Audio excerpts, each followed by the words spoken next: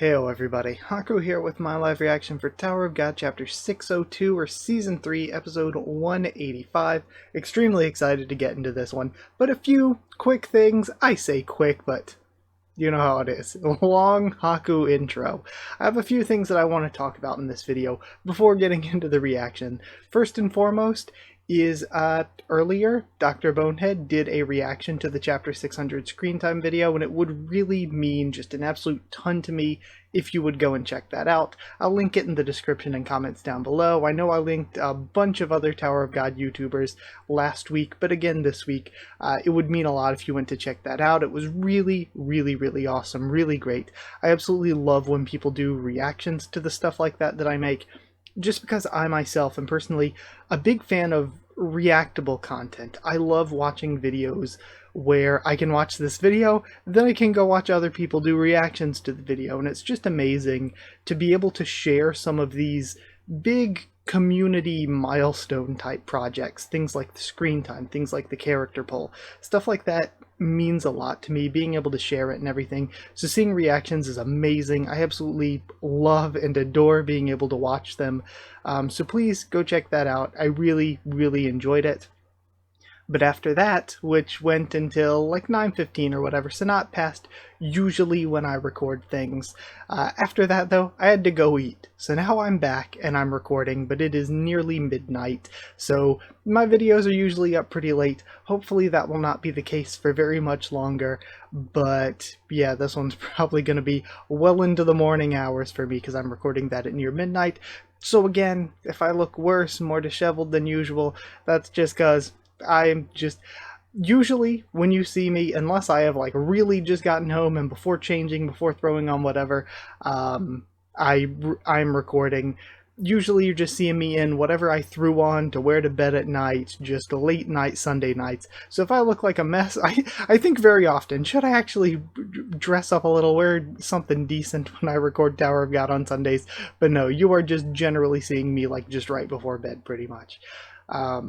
So I did want to go say, check out that reaction. If anybody else does reactions, I will of course be sharing them as well, because it's something that I really love and appreciate a lot.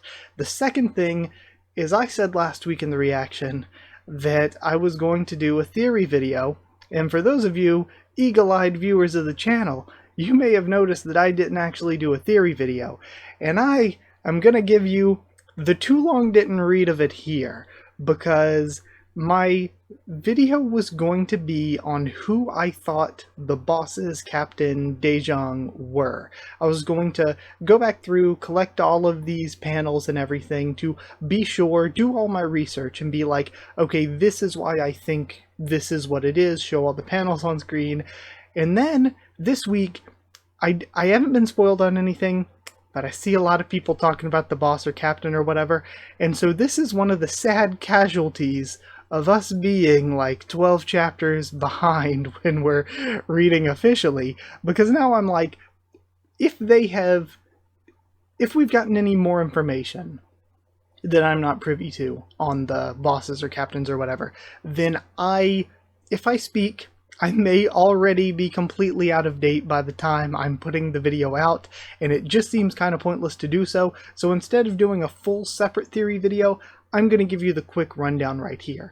So previously I mentioned that what I thought Wangnan and Karaka may have been, and now that includes the bosses, the Daijong, or Daijong, Captain, whatever. What I thought they may have been in the past, bringing this into a Naruto reference, is similar to Naruto's Shadow Clones, but for Zahard. So if you don't know, the quick rundown, the way that Naruto's Shadow Clones work are that if he makes 3 shadow clones of himself, has each of those shadow clones study something for 2 hours, and then destroys them, dismisses them, whatever, he will get 6 hours of study, because he will get all of the experience of all 3 clones when they're destroyed. And Zahard stopped climbing the tower when he got to, what, 134? And so I thought that maybe he stopped climbing, but how does somebody who's that strong get stronger? How do you really train? And so a part of my thought process was maybe he splits off regular strength, power, parts of himself, has them climb the tower to become ranker strength, and then reabsorbs them, meaning that he's constantly sending down regular strength parts and getting back ranker strength parts, which is a way for him to train and get stronger, even though he's already at the top. But I kind of changed that toward the late Hell Train, and what I think they may be now are actual children of Zahard. And the crux of my theory here was going to kind of be based on the conversation that we see Karaka and Wangnan have. Karaka kind of gets cut off and says, look, I can't tell you more because you don't have the ring right now. But the basics are that Wangnan has mentioned his mother a few times, but we get into an actual flashback there with Wangnan describing a bit of his past to Karaka. And Wangnan says that this woman raised him, and at the end he's like, I call her a mother, but she was probably just some nanny. And Karaka responds to that with, saying, I can't tell you more or whatever, but then he says, but let me tell you one thing, that woman was not just some nanny. And I do think that there are two ways that you can take that, and it may actually be both of these two things. Either Karaka is rebuking what Wangnan said. Wangnan says, she probably wasn't my real mother, she was probably just some nanny. And Karaka retorts by saying, no, she wasn't just some nanny, as in that was your real mother. Or he's saying that's not just some nanny, as in that's not just some nanny, that was an important person. And it could be both of those things. It could be Wangnan's actual mother and an important person. Could be both of those things. I think even the idea that Arlen came back into the tower after dropping Bomb off outside, had a kid with Zahard, and we have Wangnan Bomb half-brothers, I don't even think that's a horrible, horrible idea. I didn't mess up names there. I said Arlen goes out and back in and, Wangnan half-brother. I don't even think that's a horrible idea, but again, wrapping in the Daejang, the boss captain, hiccup for meeting, wrapping all of that back in to the Wangnan and Karaka stuff and seeing what Revolution's all about, to me makes it make even more sense. So the whole thing with the Princess of Zahard, splitting the key and everything, the rings and the 13 months, a part of the reason to the outside was because people wanted Zahard to have an heir, but Zahard's like, I can't have any kids with people from inside the tower, they would die. How do you know that unless you try? And also, I believe it's Warrian says that what's going on with Wangnan is the biggest secret of Zahard in the tower. And again, if people want Zahard to have an heir, if he was sending parts of himself down to grow back and go up the tower and get stronger, then to me, you could make the argument that Zahard would want to keep it a secret, but you could also make the argument that he doesn't keep the princesses a secret. There's a lot of things that the Empire doesn't keep a secret. So in that sense, maybe he wouldn't keep it a secret. But what he would keep a secret would be the idea that he has heirs, the idea that he could potentially actually have children, and that he has. So I'm kind of thinking they may actually be children, because remember, Wangnan said that the woman raised him, then quickly got ill and died. Maybe when Zahard has a kid with somebody that was inside the tower, they don't just immediately, instantly die, they are able to have the kid, and they just die sometime later. And, she could have died because of having Wangnan sometime later, and Wangnan is the actual child of Zahard. That's what I'm going with now, and the way that Revolution sort of ties back into that is the Daejang, and we've seen 2 thus far that we know of, probably, maybe more, maybe less, but I'll actually get into that into a second, because if we are getting into that kind of stuff, it might be nice to give my thoughts really quick first. But when we look at Revolution, it seems like Revolution's whole mentality is that the tower, a part of the reason that the tower has gone bad is because naturally the old generation is supposed to die off and the new generation is supposed to rise up and take over, but the tower has stagnated, it has gone against nature because the 10 family heads in Zahard are immortal.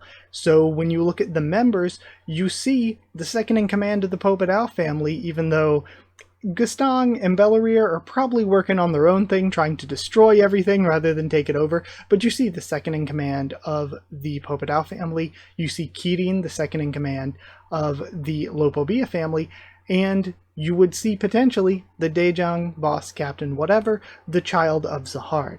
So I think that also might make it, more realistic. I don't know where I was going with that sentence, but you get my point. That was going to be the idea behind the theory video, and I just did all that off the top of my head. I was going to do more research and stuff, but again, I feel like I might have just immediately been wrong if I did it, because you all probably have more information than I do at the moment. So I did want to bring that up. As far as the Daejang captain or whatever, there are at least two that we know of, if not more, because the one we see in the Cha and Dawan flashback has a pretty noticeable, I guess, mole under his mouth. In addition to that, we have the one with the long hair and either the sky or horn or whatever over his eye that shows up at the end of the nest, and also in the panel when we get the reveal of Revolution. So we have at least those two that we know of, and we know from both the way that they speak that there's probably more than one, and also the fact that the captain tells Yul that Bam is an irregular, but when Yul says he found that out, Yul says the captain told me that Bam was an irregular, but it isn't the captain, or it wasn't the captain that I usually speak to, which means, again, there are at least two. There's the one he usually speaks to, and there's another one who told him that Bam was an irregular. So again, at least two, if not more of them than that. Also, speaking of the red horn things, we don't know if for sure 100% confirmed if they're on either of the Daejang, but we do know that when Bam first meets Data Zahar's like, "What do you think of me?" And he turns into like this big red horn tentacle amalgamation, and Bam is like horrified by it. Bam is like actually scared by what he sees. And in addition to that, Wangnan has the red horns on the back of his neck, and when we see Karaka's Observer has the red horns on it. So it just kind of makes you wonder, like, what is the red horns on all of the Zahard-related stuff? And I guess that's about it from that train of thought. I guess the only thing I have left from that train of thought is I mentioned a bit before how Dumas is wearing armor similar to Karaka's, so I can't wait to see what Karaka and Dumas look like under the armor if we ever do get to see it, because Dumas could look more similar to Gaston, which would be really, really awesome, because he's just kind of looked monstrous before, but he is in a suit of armor, so without that suit of armor, you do have some Pobedao members who look a bit more like Gaston, whether it's like Bellerir, Giscard, Ernaud kind of, Ruini, so Dumas could also look kind of like Gaston in that sense. And the last thing I wanted to say, other than going through the theory, other than telling you to go check out Dr. Bonehead's reaction, was I wanted to talk a little bit about last chapter and how incredible it was. I think it is so good the way that Yurik versus Mircea was handled, because not only was it a really, really good fight in terms of like the choreography, the writing behind it, it was really, really, really great, but also it leaves us on a place where Mircea kind of got the W. Mircea also had the hype of being like, yeah, I thought of a couple ways to win, but no one knows how much Yurik is hiding, so it still keeps Yurik incredibly hype because Mircea ran away from him. Yurik has this goal where he's trying to protect the 10 family heads here. He's trying to hunt whoever's interfering with them, trying to get them killed. And we don't know how much power he is hiding on top of all the cool things he's already done. So it makes both of them just seem so incredibly hype, so incredibly cool. And something that I believe it was Naya brought up is Tower of God becomes incredibly boring if you think that any irregular can just beat any non-irregular and that's that. So to have non-irregulars who can stand with them, because now I totally think Adori and N, with all that we know about them, they're probably really, really strong as well. Malik 1 PGR by Ekryun or Baekryun. So to confirm to us that characters can be that cool when they're not irregulars, I think is very key and important to the series as well. And in addition to that, we have seen Traumerei for nearly 100 chapters. Again, if you saw the screen time, he's in the top 50 characters in terms of the most time on screen, and we finally get to see Traumerei's face. So that's a huge milestone in itself as well. And honestly, I don't think Traumare's... I saw a couple people saying, oh, could Traumare be a woman?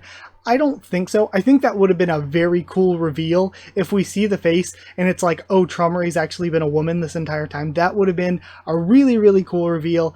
But some of the stuff we know in the past, it wouldn't have really actually made sense. It would have been a cool reveal, but I highly don't think so. That's just the way that CU often does. The really detailed panels, that's the way that Joaquin looked when we first saw Joaquin up close. And lastly, Enkidu is something that a bunch of people were like, oh, from Fate. I mean, yes, from the Epic of Gilgamesh, but most people were like, I know it from Fate, of course. And I'll be real, I didn't. It meant nothing to me last week, so sorry about that. I was not cultured enough. The only things I know about Fate are how complex it is to get into. A couple of years ago, I tried to get into it and watched like half of one of the seasons of the anime. I'd like to try to get into it again at some point, but it is complicated to get into, and also how thirsty I am for Chevalier d'Aeon, I mean, and maybe also kind of Ibaraki Doji. But that's pretty much all I know about the Fate franchise. So Enkidu is described as like this wild man character, and that to me, I said this in Discord, this might be a lot of copium from me, but I was like, what if, because he's like this wild man type character, this early ancient thing, what if he's related to Cha, and how Cha's the first son of man, and how Cha was involved with killing one of Traumare's children, and the person who died that their name got scratched out, what if that was Traumare's child? And I am probably, you were all like 12 chapters ahead, so you probably know so much more about this subplot than I do. I'm probably so wrong. This is probably just copium of me wanting to try to connect these little CU plot threads. But I did want to bring that up before I start reading, that was a thought in my head after last week's chapter. So incredibly, exceedingly, extremely long Haku intro aside, sorry if that was a bit lazy, sorry if that was a bit, drowsy, I'm falling asleep a little bit, sorry about that. But I did want to talk about all these things before I read this week, because I think that front-loading my videos with these discussions I actually think is maybe kind of good, because it lets me get out all of my Tower of God thoughts before reading, and then we can talk about the chapter I'm reading as I'm reading it. Also, something that...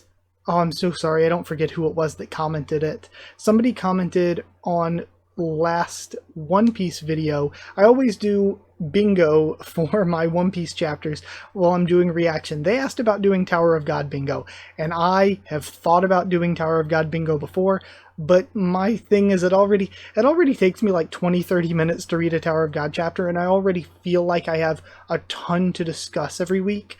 The bingo helps me with One Piece to like, take my time to discuss more things. And, One Piece chapters are quite a bit lighter than Tower of God chapters. So I've thought about it. I think doing bingo for Tower of God would be very fun, but I just worry that it would be too much of a distraction for some people. Some people wouldn't like it. And in addition to that, I think that it would just make a long video even longer. But if you all are interested, if you all really, really want Tower of God bingo for me to... I mean, even if I didn't play it while reading, maybe I could make a Tower of God bingo card every week for you all to play, and then you could tell me if you won or not. Maybe I could do that. If you all are interested in Tower of God bingo, whether that's me making a card for you all to play every week, or whether that's me myself playing while reacting every week, I guess just let me know. But long intro aside, like nearly 20 minutes into my recording, let's actually read chapter 602. And we start off with scratched out name died because of that monster. Enkidu, it's and then Enkidu. And then we switch to Gastang speaking. It's your fault that this happened, Traumare. Also, it's incredible to have Traumare look like this, which is similar to how the panel looked in Name Hunt Station, which means that panel was not just randomly retconned. I think that's very cool. We see Traumare's face, and we continue... oh, okay. Never mind. We saw this last time. I feel miserable. I'm going to erase this memory. I was getting preemptively hyped. Enkidu 2. Enkidu. We're back to the present. You probably don't really remember much, but it bothers you deep down, doesn't it? Every time you go to bed, I bet you remember that animal's name and it keeps you awake. What's all this about? Don't you want to know what it is? We have bomb. If I want to know, I'll just destroy everything in my way and go there myself. Why should I bother playing some silly game that you devised? I'm afraid you can't do that. Telling a family head what they can and can't do. Our family head has already agreed to play this game. If you make a mess of the arena, Lord Gaston might decide to slay the creature before you two meet. What? It's your choice, Lord Traumeré. Either you accept this game and gain the opportunity to meet Enkidu, or you forsake that opportunity and destroy everything here as you like. I can't believe these nobodies expect me to play their little game. Also, like, we thought that the one who betrayed him might have been like Vian Arling because he talked about falling in love. It's interesting that Enkidu is the one that's so important to Traumeré here. Because, like, you would have thought, like, at first they were talking about Leviathan with, like, the one that he can't control and fears and all that. But now there's somebody else that's another creature. And when they say creature, it makes you wonder, you know, creature as in Shinwei or creature as in, like, a person. What in the world is Gaston thinking? Fine, just to be clear, I don't want to do this. But go ahead and tell me. Alright, about the game. We see this panning shot of all the characters with Traumeré. Okay. I like the use of colors there. And now we have them going through the portal here, just Rack's nose poking through. And we're seeing the sprout itself. And we have more of the, like, reading lamps around it. And the sprout does look like it has grown. There's vines everywhere now. This is such an interesting group walking through here. Oh, wait, does Damas have his arms back? Oh no, he still just has little wisps coming from them. Alright. That's the sprout. Doesn't it seem kind of big to be a sprout? Where exactly is the arena where we'll be playing chess? It's in the center of the sprout. And don't forget, this is all a chess game. There you'll find a table set up for your match. Okay, and the table is like the same sea creatures from before. It's so funny how turtles are pawns. Really, I didn't remember octopi last time. Were the octopi always the rooks? Seahorses is knights? Was that? Yeah, that's where knights usually are, and then stingrays are, or manta rays rather, are bishops.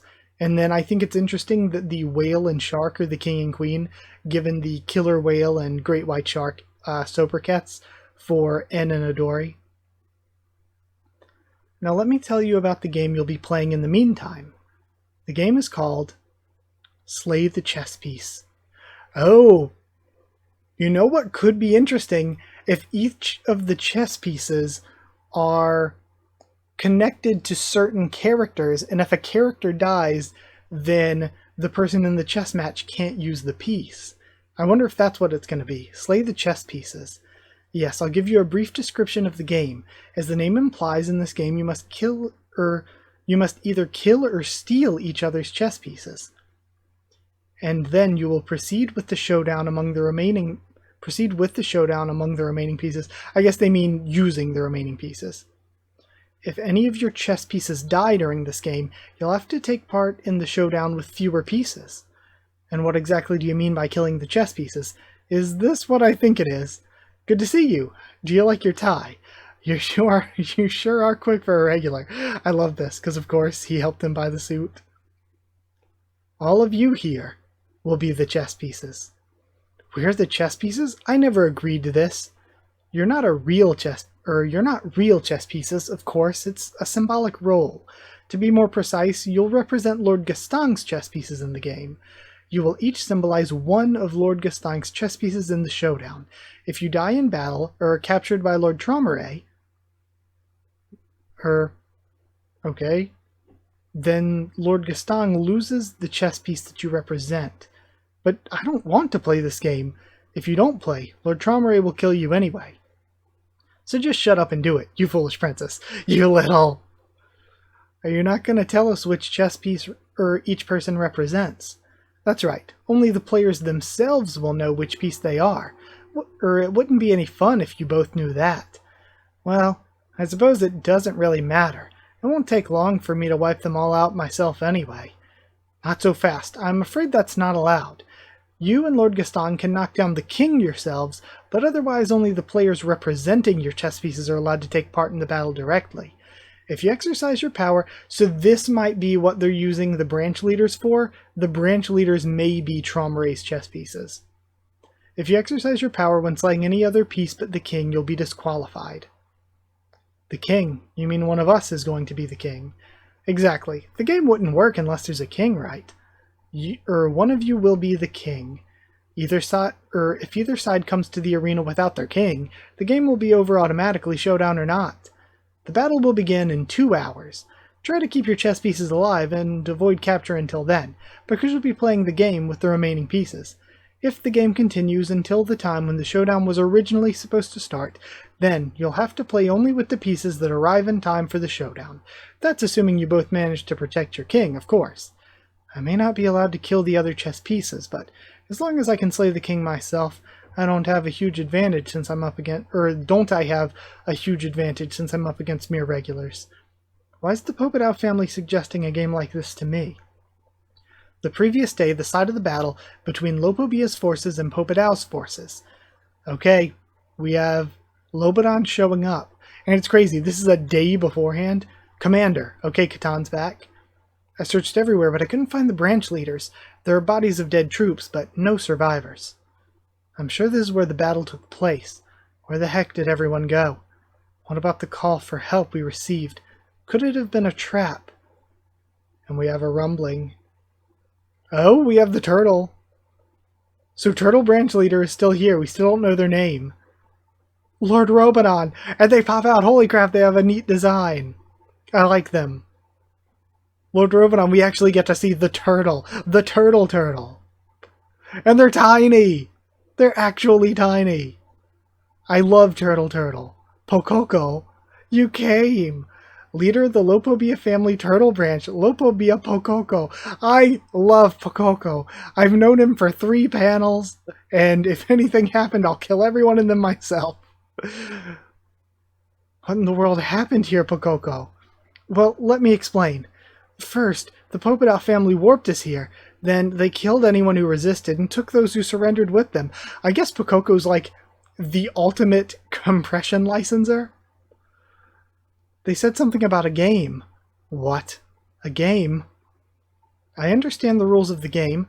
I get that I'm not supposed to know which of Gaston's chess pieces is which, but what about my chess pieces? How are they decided? Just like Gaston's chess pieces, you'll have players of your own to represent your pieces. I hope we actually get labels for each of the pieces, so we know who is what on both sides. I really want that. Because that's what manga would do, but Tower of God is often, almost always, not so organized with the way that CU tells stories. He likes to keep things more vague, and I really hope he doesn't here. And who would they be? Alright. We have a cage coming through. And then, what's that? A prison ship. Lord Traumare. And he's surprised. Are those the branch leaders? Okay, Holin is one of them, and Holin's hair actually isn't different. It looked like a buzz cut last time. You got Holin, Wee Wee and Dump, Jew and Rashut. Alright, a game. What do you mean? Well, I'm not really sure either. I freaking love Pokoko. They appear to have abducted the branch leaders who surrendered for some kind of game in order to... What did they say again? Oh right, they want to see Lord Traumare. The branch leaders, defeated by his own underlings. What are you all doing here? Lord Traumare? You see, these people were caught trespassing on our family's territory. Unfortunately for them, they fell into a trap and were brought here as captives. You fools. Now I see what's going on. So they're going to represent my chess pieces in this game. Correct. Each of them will represent one of your chess pieces. If any of them die, the corresponding chess pieces will disappear as well. They promised the administrator to take part in the game at the risk of their own lives. And this is very interesting because we are going to have high rankers versus regulars, it would seem. if we, like, actually have Bombs Group fighting them. Okay? So if you refuse to play, they will all die. What would you like to do? I guess I'll have to. Like, he has to play the game. I have no intention of losing anyway.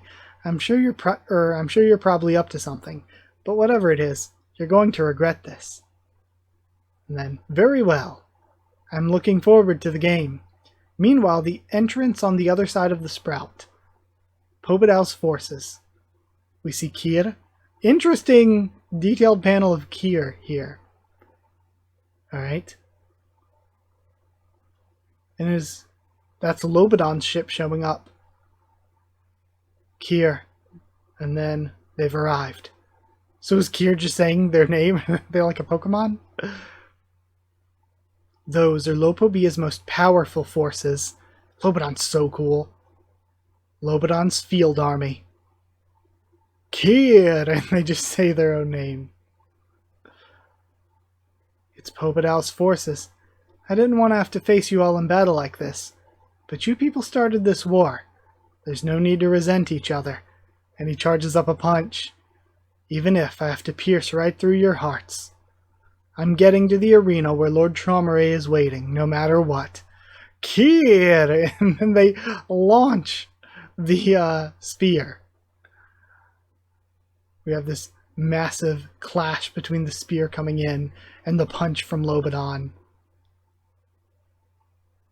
And even the ship itself is getting shaken. The spear just disintegrates. Jeez, and the blowback takes off Kier's arm. Again, just one single punch. They blocked the attack. And we have this huge wall of lighthouses. Is that what I think it is? There's only one person in Pobedow's army who could create a barrier like that. The man in second place in their family's hierarchy. Okay, before I scroll down, we're going to see number 2. So if that's not Bellerir, is it Erno or is it Proust? I'm thinking maybe Proust. Because Erno seemed to be on the same level as Kier. They were always presented like a duo together. And or it could be somebody totally new. Oh, that'd be cool if it was somebody totally new. But they can create a barrier that can block Lobadon. Their second place. Is it going to be Proust? It is Proust. Okay then, so Proust is him. This isn't going to be easy. All units, all units. And they both are yelling. Defend the arena and charge. Okay, so this is actually going to be the war. If there's one thing I'm disappointed in, I would have loved to have gotten an actual breakdown saying, this person is the bishop, this person is the rook, this person are each of the pawns. I would have really, really loved that. But it seems like it might be a 6v6 with Bombs Group versus, we saw 5 people in the cage, I think, but maybe there's a 6th one that we just didn't get to see or something. I don't know. It doesn't seem super duper organized right this second. But maybe in a future chapter we'll get that. That's one thing I would like, though. I would like a little bit more clarification on the exacts of this. Yeah, I don't know. I can't say too much too early because we barely know anything. They're hyping Proust up, though. I thought it was really cool that they hyped up Proust. Lobadon's incredible. Kier lost an arm, but again, high ranker, what does that mean? What does losing a limb mean to a high ranker? What is, we don't really know. Kelhelm got a hole through the body. Same with Calavan, and they were fine. So I don't, Calavan lost an arm, but then he remade it with Shinsu. So who knows what certain injuries mean. I mean, Lobadon still doesn't have an arm, but maybe he could just make a new one if he wanted to. Maybe he purposefully sealed it away or something. So who knows, but it was a very, very hyped chapter. I hope you all enjoyed the discussion at the beginning. I hope you all enjoyed the chapter and my thoughts on it. While I'm going through my outro, let's show the credits. Thank you so much for watching. I'm so excited. This is so fun. I love the Turtle Branch leader. It's interesting how there are so many repeating syllable names within the Lopabia family. But yeah, I guess there's nothing else to say. Like, comment, tell me what you thought of all my thoughts and stuff. Please, no spoilers, but thank you so much for watching. Subscribe if you want to. It'd be very, very, very much appreciated if you did subscribe. If you want to talk on Twitter, we can as well. If you want to talk on Discord, we can as well. Just ask and I'll give you a link to the server. If you want to help support the channel on Patreon or by becoming a channel member, patrons and members get One Piece videos early. They get a shout out at the end of every single video. So I want to say a huge thank you to them and say that if you want to be a patron or channel member, hit join down below to become a member or go to patreon.com/Haku of the Tubes, or a link will be in the description to become a patron. Sorry, I lost myself somewhere during that sentence. Thank you to patrons and members. Thank you to Chosen Regular Evan Holly, Magical Girls, Efranono, Smeller Dog, and Abyss Knight, Cheriton Student, David Langstaff, Slayer Candidates, SG and Stan Cedar, and Pure Element, Pate Diablo. Thank you all so much for your support. So much more coming this week, but I've still kind of got to figure that out a little bit, so I don't want to say anything too early. Thank you so much for watching, and I'll see you all next time.